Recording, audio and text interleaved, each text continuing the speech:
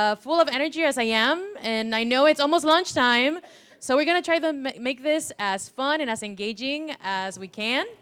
Welcome to the Gift of Community Engagement session. Thank you so much for being here and choosing to learn a little bit about some of the amazing work that some of our leaders in the Diocese of Bethlehem are doing. We heard from some of them this morning, and one of them is with us again. So famous Doreen, Tobin. So we have the pleasure of hearing from, let me introduce myself. I am Sandy At diobeth.org. Right, Mike? That is not my name. My name is Sandy Milien. I am the Canon for Racial Reconciliation and Community Engagement. I also assist the bishop in some of his administrative stuff and duties as assigned. So that's, yeah. All about that. But I'm happy to be here and I'm happy to see all of you. Today, you'll get to hear from Vincent, or Vinny, Chrepta. Chrepta, I always do that. A lay leader of the Lehigh Valley, and the person behind a lot of the LGBTQIA+ gatherings and visibility in the Lehigh Valley and the diocese. Also my partner in crime and many things down in Bethlehem. Also, Doreen, Tobin, our friend who we heard from this morning, member of St. Margaret's Emmaus, and co-director of the St. Barnabas Center in Kutztown. And the very Reverend John Stratton, I don't know about that. Some days. The very Reverend John Stratton, Dean of the Cathedral Church of the Nativity and active clergy in the community organizing circles in the Lehigh Valley. So welcome to our panelists this morning. So we are gathered here today to hear about the gift of community engagement. I think it's a gift. And we're gonna hear about it through the different lenses, and hopefully you'll leave here with an appreciation of the diversity and beauty of being community with people from all backgrounds. Relationship is at the heart of community. Relationship is at the heart of anything that we do in our churches, but especially when we do in community engagement. It is about being present, highlighting and lifting up the voices of all people and following the steps of Jesus, who was constantly out in the world, in his neighborhood, all over the place, and beyond, being in community with other folks. So if you take anything from today, just remember that relationships are at the heart of community. So let's get started. Let's hear from our amazing panelists. We're gonna have some questions for them, and then hopefully we'll have some time to hear from you, maybe some questions you've had from what you've heard, or sharing some of the exciting community engagement efforts you're doing in your parishes or your communities. So Vinny, we're gonna start with you. Great. So tell us briefly how you are engaged in your community. Why are you sitting on this panel? And as a leader, lay leader in the church, how has that role in your community, whatever you're engaging in, has been a gift in your life and your ministry?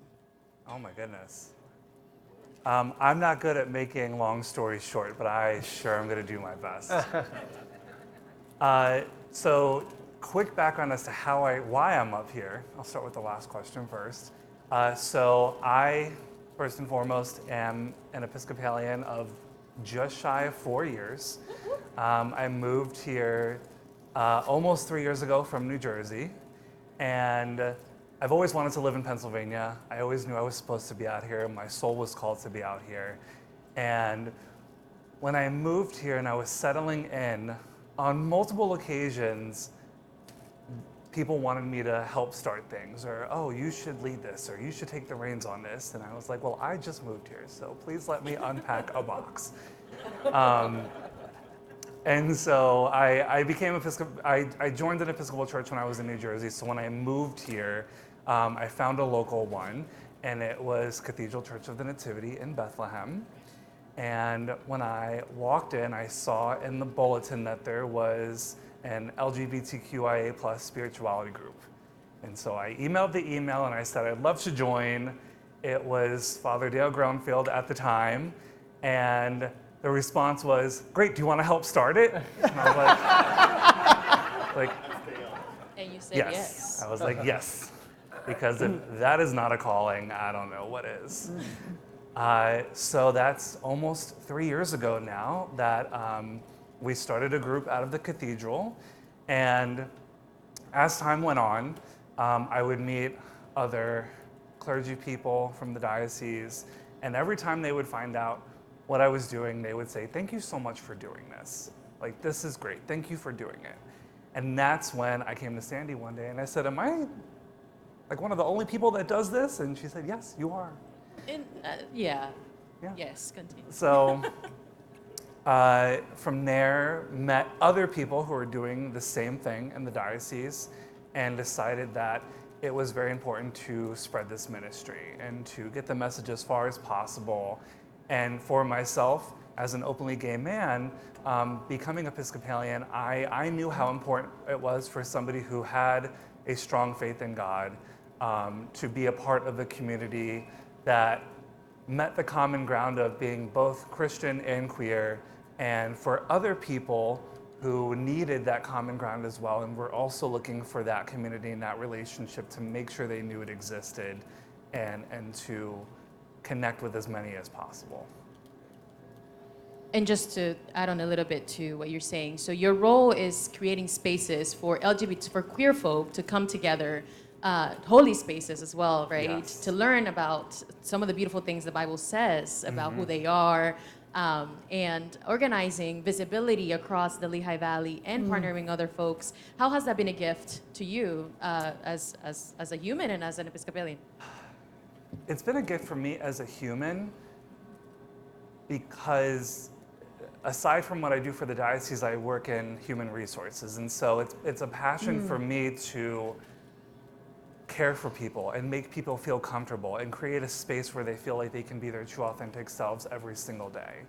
So as a human, that's just something that is part of my purpose in life, is to create that space for anyone, whoever they are, specifically here for the queer community. And as an Episcopalian, there are many people in the queer community who, from whatever their denomination is, there are people in the world who have trauma of simply walking in a church. And so the goal of what we're doing is to help to heal that trauma and heal whatever hurt has been afflicted onto somebody, and to let them know that they are welcomed, not just tolerated, but welcomed in the church. Thank you, Vinny. Dean Stratton, you do community engagement through a different lens. Well, you do a lot of community engagement in many ways, but I think one of them that I wanted to highlight was your involvement in community organizing. And how has that been a gift to you as a priest in your communities? And what does that look like to be a faith leader and also do that sort of work? Yeah, thanks, Sandy. So this is a baseball-themed event. So any St. Louis Cardinal fans out there? None? Okay, as long as you don't like the Cubs, I'm fine. So can we all agree on that? Boo Cubs. All right, good. So I just moved here from St. Louis, Missouri about a year and a half ago. To give you a little bit of background of my work in community organizing.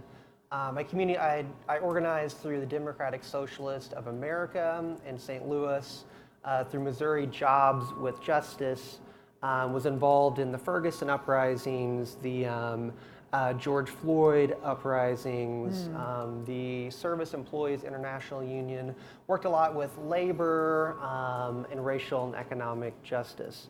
So I like to see the church as a geographical space or a geographical entity. I like to see the parish as a geographical entity. So it's not just the building and the people who go there on Sundays, but it's the entire community, the surrounding community. And if you see the church as a surrounding community, you have a choice. So is the church, the institutional church, St. James, the cathedral, whatever, is it going to be a space, a community that occupies space, or a community that is incarnational? So a community that occupies space simply shows up on Sunday morning, does their thing, and then locks the doors and leaves and comes back the next Sunday. A community that is incarnational pays particular needs or particular attention to both the needs and the joys and the strengths of the surrounding neighborhood, the surrounding parish. So everyone who lives in that neighborhood, or however you draw it within that geographic area, is a parishioner. Every organization and institution that is in that geographical neighborhood is a potential partner in ministry. So one of the things that I've done back in St. Louis, as well as starting here at the cathedral, is to identify the organizations that are already doing the work of God's kingdom, of justice work within that geographical parish. And then find ways that we can connect with that work. And then looking also, what are the needs of the community? How can the church help to address those needs? How can we see those needs as holy? Jesus saw the people's needs as holy no matter what those needs were, and he did his best to meet those needs. And then also look at what are the strengths of the community? Where can we partner? Some of the benefits of that organizing is that it gives church members an opportunity to live out that baptismal covenant, right? So we make a promise to uphold the dignity of every human being. And there are ways that we can do that, and we can put our faith into action. So that's one gift that it brings. It also, in my experience, has brought people into the church from the community. Because when they see that you are out there with the people, that you care about the lives of folks, when you are worried about economic justice and social justice and racial justice, folks will come to your church because they want to be part of that.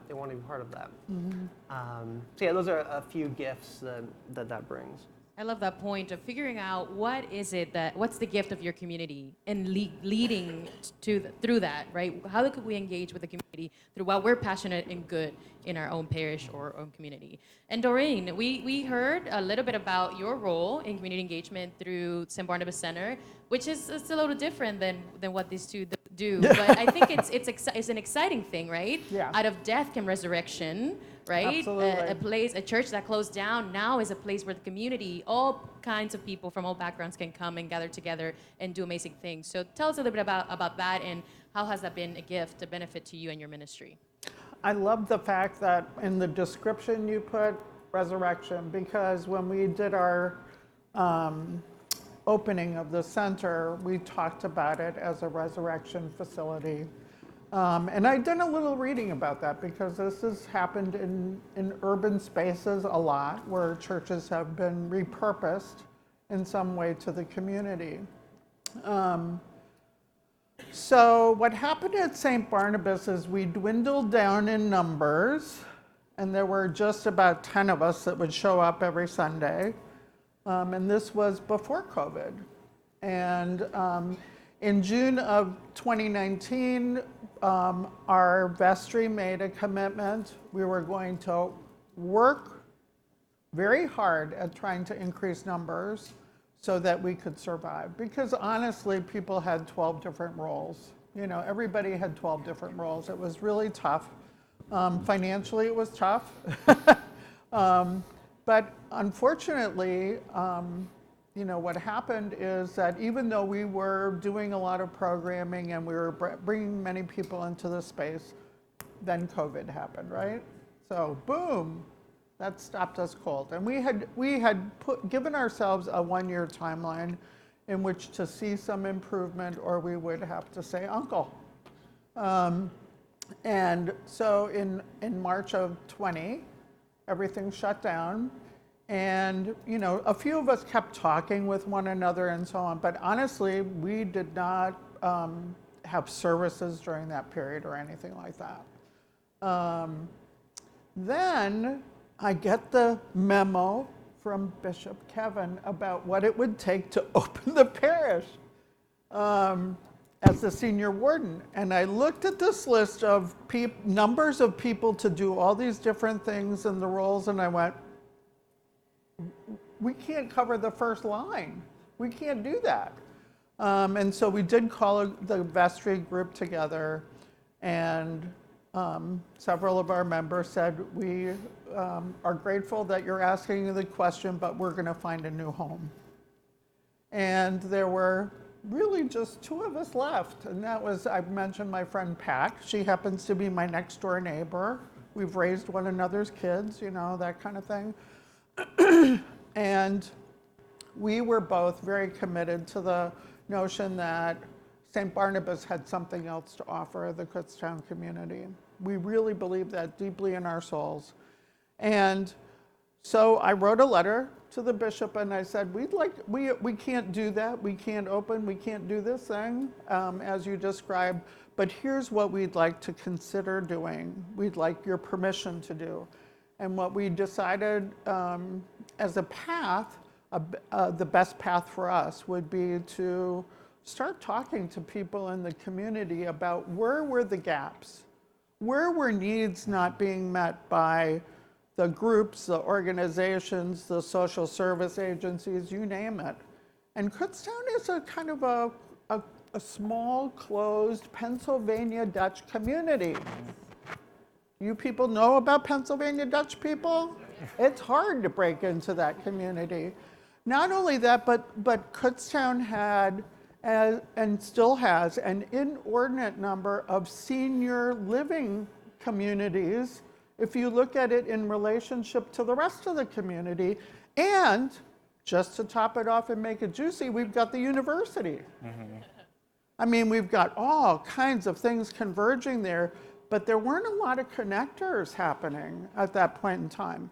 So the goal was really to go around and talk to as many people as we could to find out what's that space that St. Barnabas can occupy.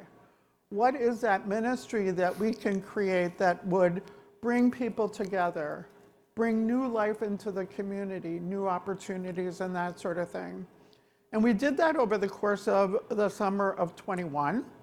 And our church was closed then in that fall, formally, but we were given permission to move forward with this grand experiment.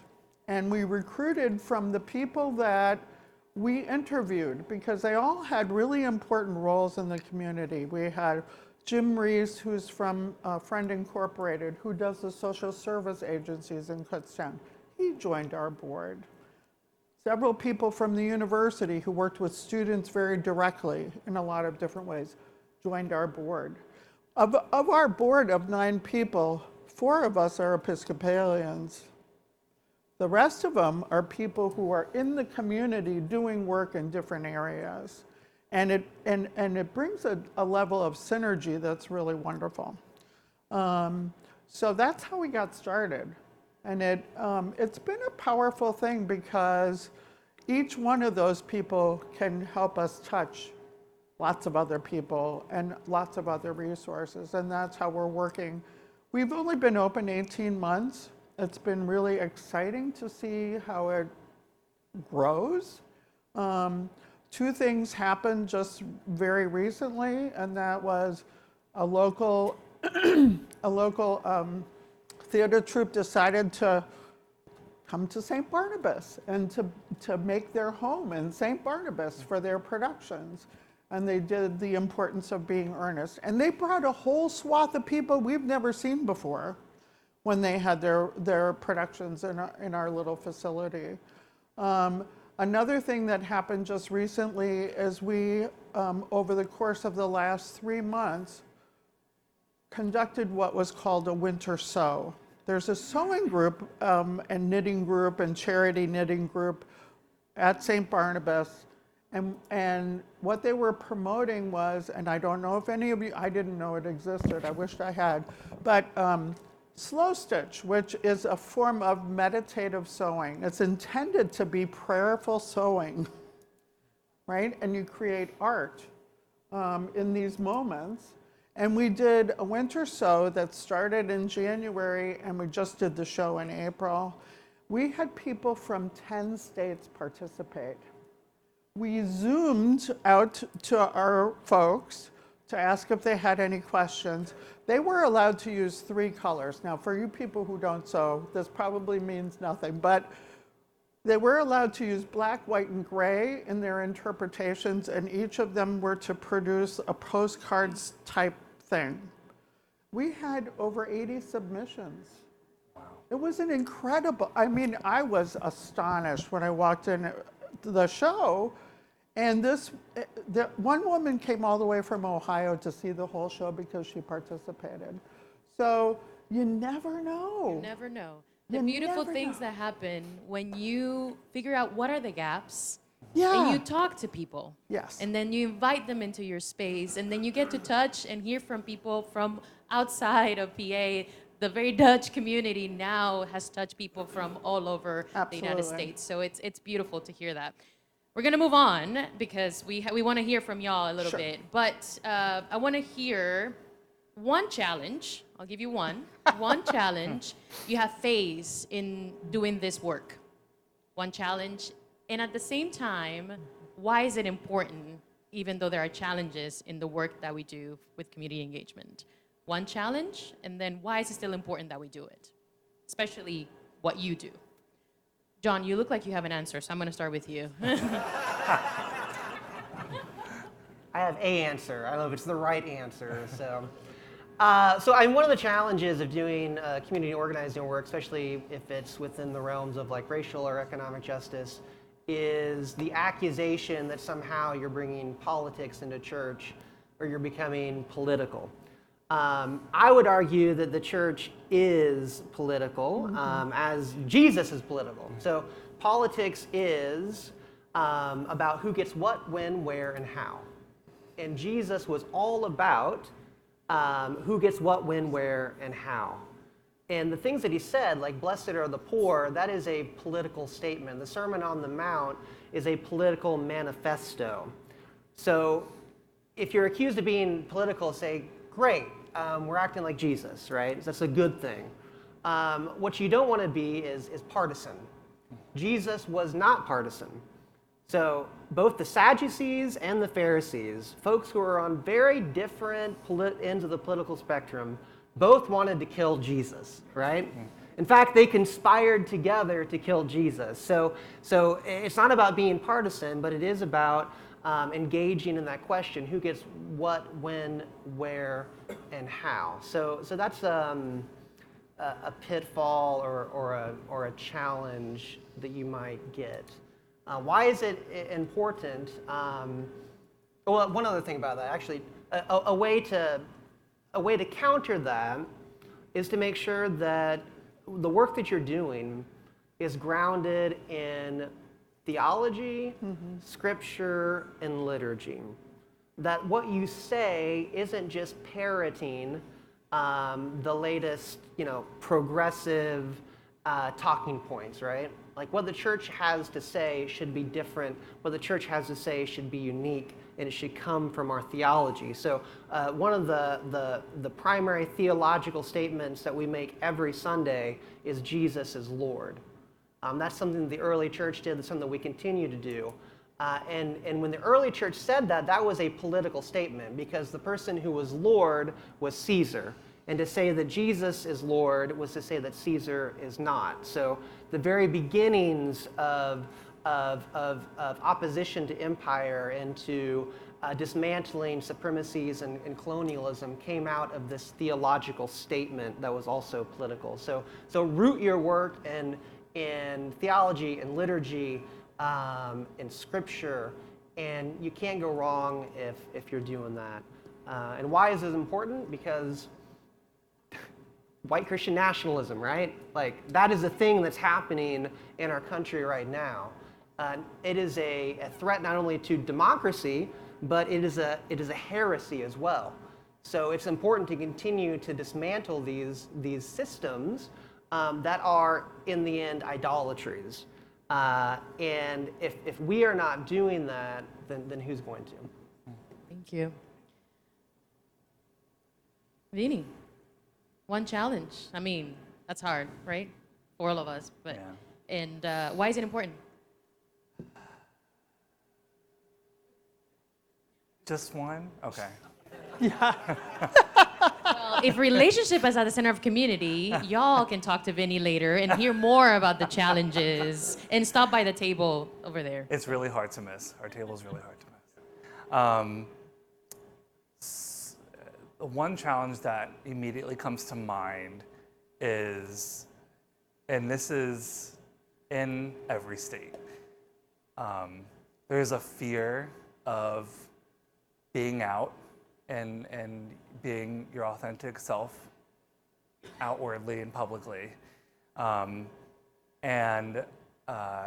That's part of the mission of what we do, is letting people who are not comfortable being themselves or afraid to be themselves, that the Episcopal Church is a safe space. It is so important. You know, like many people, I was born in the Catholic Church because I'm a good Italian boy, and that's what you do. And when I left the church for a while, I knew that the Episcopal Church was safe because the flag was hanging on the flagpole. And that's why it's so important, because I in any room I walk into, I want to feel welcomed and I want to feel safe. And just as an offshoot, I'm currently in consideration for an LGBT council for the Chamber of Commerce. Wow. And when they came to me for that, they said the same thing, that it's really tough to get people because people are afraid to be out. Yeah. So that's one of the major challenges. And you do the best that you can to show that it is a welcoming space.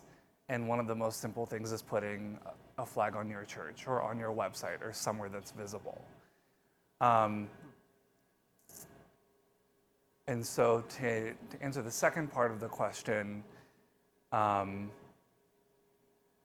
brain just stopped for a second, sorry. All right. One of the things that a mentor of mine taught me and that I teach others is, you know, for example, for those of us at our parishes who host monthly meetings or host any kind of meeting, sometimes you only get 2 people. Sometimes you get 10 people. But the important thing is that people see that it exists. Yeah. And so even if they're not ready to show up, if they're not ready to come in, if they're not ready to talk to you, they see that it's there. They know that it's there when they're ready. Yeah. And that's what's important.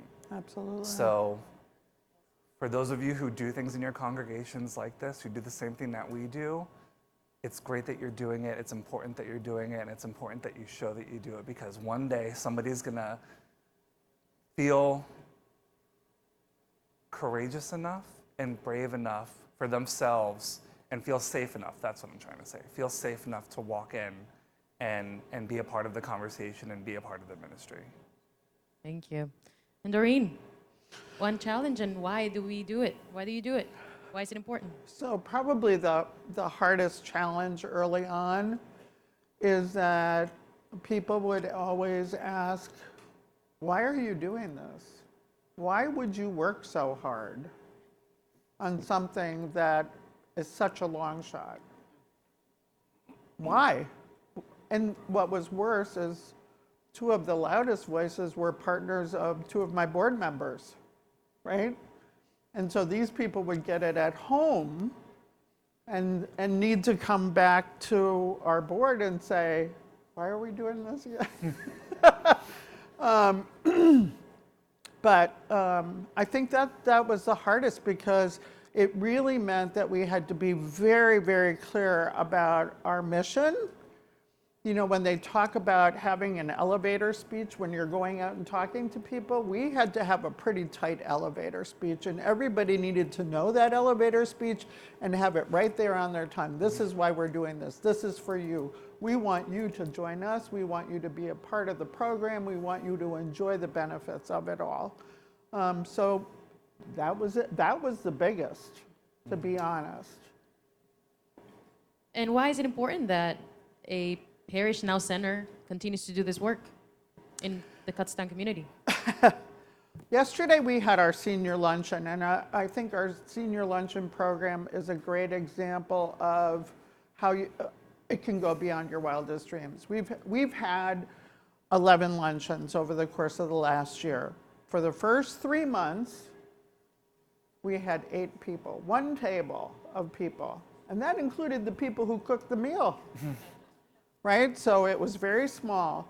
But Friend Incorporated paid for all the food. That's the social service agency I was talking about. So they donated this. They think that they wanted to invest in us.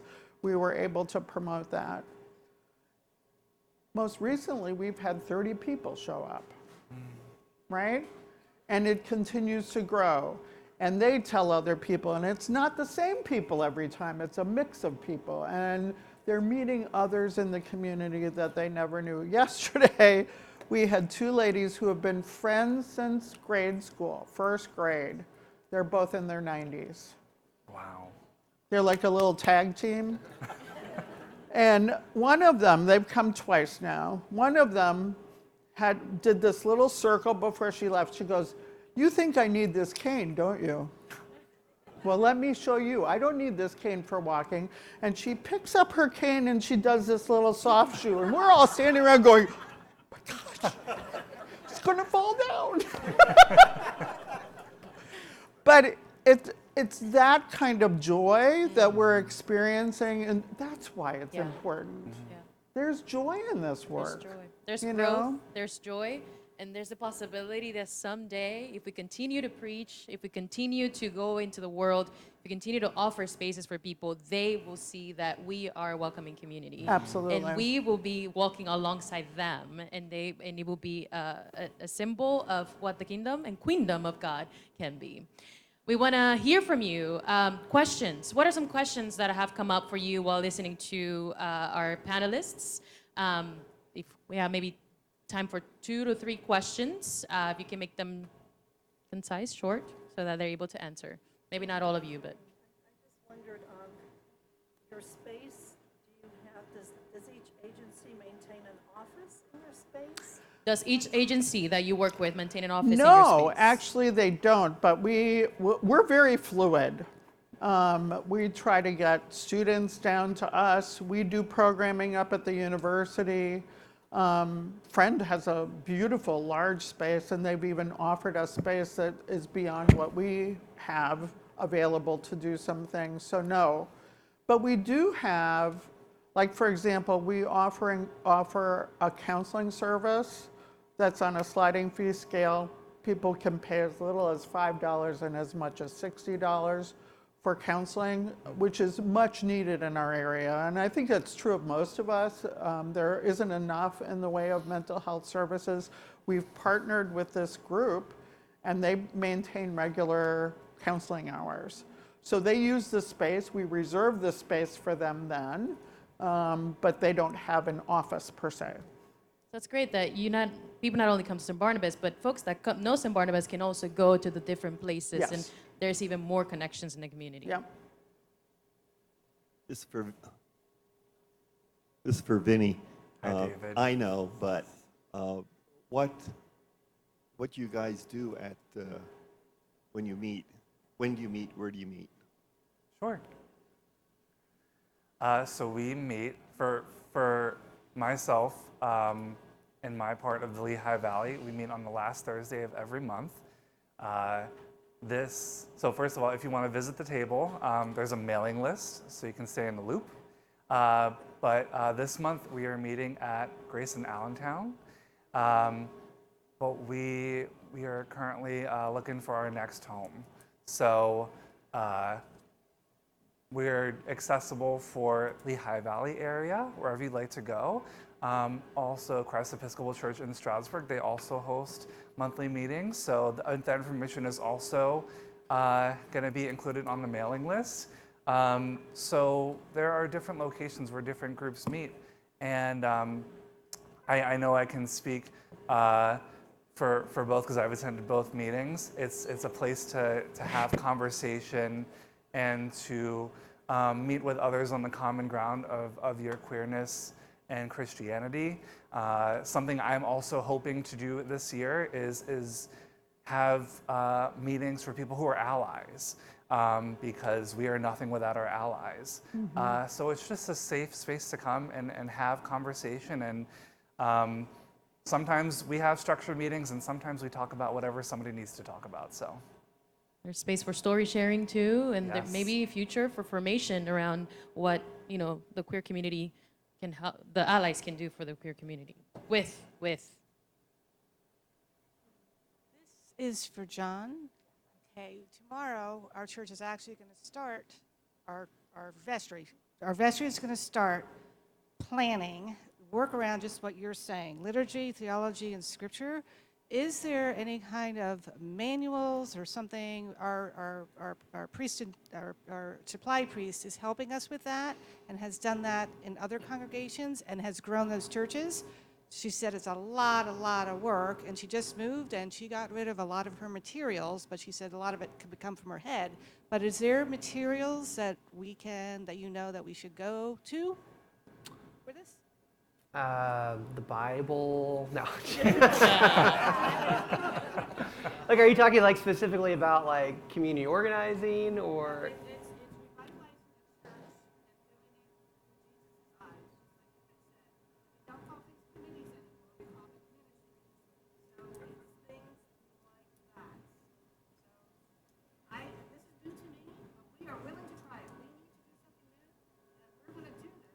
So you're talking the same thing that she's talking about. Okay. And I want to get your name and number. That's what I want to talk. Yeah, I mean, there's a lot of resources about like community organizing and how to do that. There's It's building a church, starting a church over and thinking totally different within first before we can go out.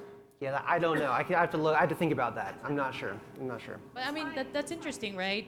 Because it's important that our communities learn and get a little bit of formation around community organizing, or how do we engage with LGBTQ, or what is the future of a church that maybe needs to be revitalized in the sense of we're dying. What does that look like for us? So maybe starting conversations in the church and thinking about those resources, but we can definitely get you their contact information and get some resources then. Go out to know what.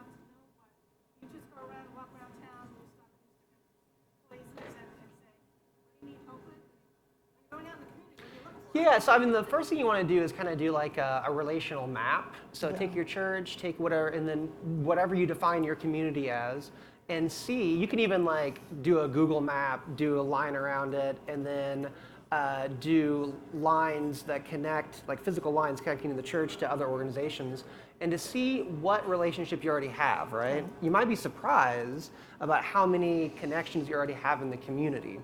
And then if there are other organizations that are doing work in the community that you want to have a relationship with, identify that and just pick up the phone and give them a call and tell them what you're doing, and do a one-on-one conversation with them over coffee.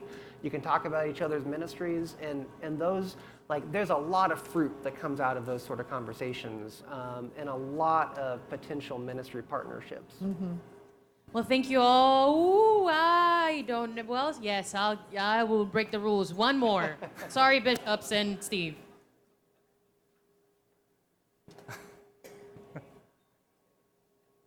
Yeah, I just wanted to, along with Vinny, I just wanted to say that St. Bridget's in Nazareth has a PFLAG group that meets on Monday nights at 7 o'clock.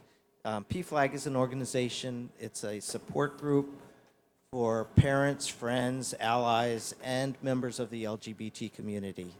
Just wanted to comment on that. St. Bridget's. Yeah, and I'm sure there's so much happening around our diocese in different communities. Let us know what's going on in your parishes, in your communities, and we would love to learn about it and share with other people.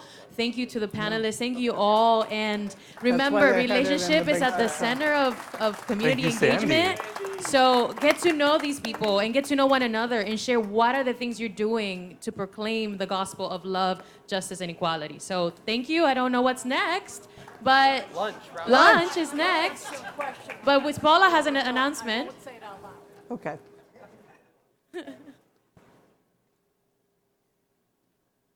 We're still waiting for a couple groups to come out, so if you can just hang tight for a few minutes, we'll have Cynthia and Nordy pray us into lunch as soon as everybody comes out. But a couple of